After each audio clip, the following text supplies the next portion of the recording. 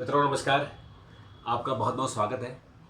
मित्रों, आपको पता है कि हमारे देश में यानी पूरी दुनिया में क्लाइमेट चेंज का बहुत बड़ा एक संकट आ रहा है और उसके लिए हम सब जिम्मेदार हैं। हमारे जंगल कम हो रहे हैं, पॉपुलेशन बढ़ रही है, सड़कें बढ़ रही है, कारखाने खुल रहे हैं, उसके कारण जंगलों को काटा जा रहा है अमेर और ये समस्या लगातार बढ़ रही है।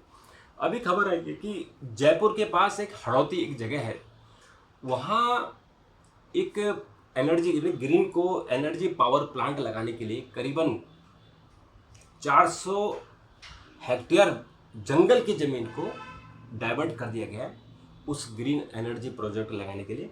और उसके कारण करीबन 1,20,000 पेड़ काटे जाएंगे। सघन वन, यानी हमारे देश में आपको पता नहीं कि सघन वन कितने हैं।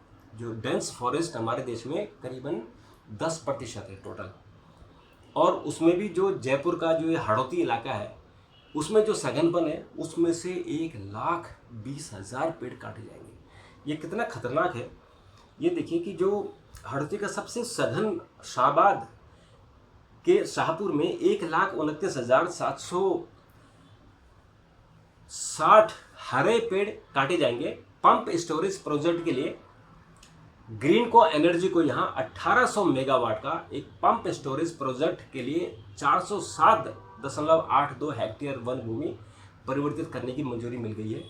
इस वन भूमि के बदले जैसलमेर में भूमि उपलब्ध कराई गई है। यानी जैसलमेर में आपको कंपनसेटरी फॉरेस्ट लगाना होगा। जहाँ पानी नहीं है, जहाँ ग्रीनरी नहीं है, जहाँ रेगिस्तान है, वहाँ पेड़ लगाएंगे। आप सोचिए कितनी बड़ी यहाँ इस देश के साथ ये अन्याय हो रहा है। ऐसे अभी आप देखिए कि जो अंडमान निकोबार में ग्रेट निकोबार यहाँ एक एयरपोर्ट बन रहा है, उस एयरपोर्ट में वहाँ जो जिसकी जो फर्जाइल जो उसका इकोसिस्टम है, यानी जितनी मतलब आप सोच रहे हो कि अंडमान निकोबार की कितनी जो इकोसिस्टम कितना ज़बरदस्त है। वहाँ एयरपोर्ट बनने के लिए वहाँ की जो ज़मीन है वो भी यहाँ अरावली में दी जाएगी कि तुम अरावली में पेड़ लगाओ।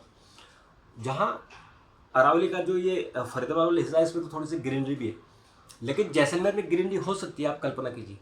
तो वहाँ इनको कंपनसेटरी फॉरेस्ट लगाने की दी गई है और जितने भी जो पर्यावरणवादी हैं उन्होंने इसका विरोध करने का फैसला किया है।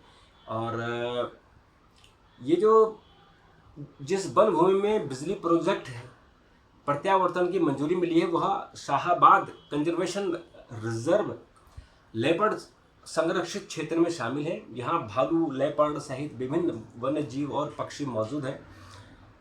किसान महापंचायत और तमाम जो लोग हैं उन्होंने कहा है कि अगर हम यहाँ पेड़ काटने का अगर उन्होंने फैसला लिया है तो हम चिपको आंदोलन करेंगे और यहाँ इनको पेड़ नहीं काटने देंगे।